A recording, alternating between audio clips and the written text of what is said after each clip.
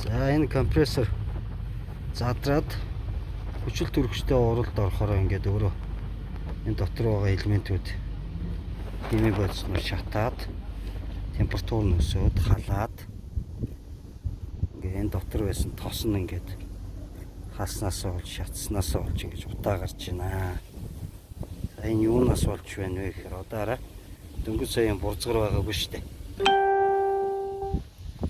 За энэ юунаас болж байгаа гэхээр одоо нөгөө синтетик хүргэлтийн компрессорын тос хоорондоо холилдох мөн хоёр өөр төрлийн хөргөх бодис хоорондоо уралд орсон, халсан, хөрсөн, даралтанд орсон ингээд хоорондоо энэ физик химийн уралд орж байна гэсэн үг.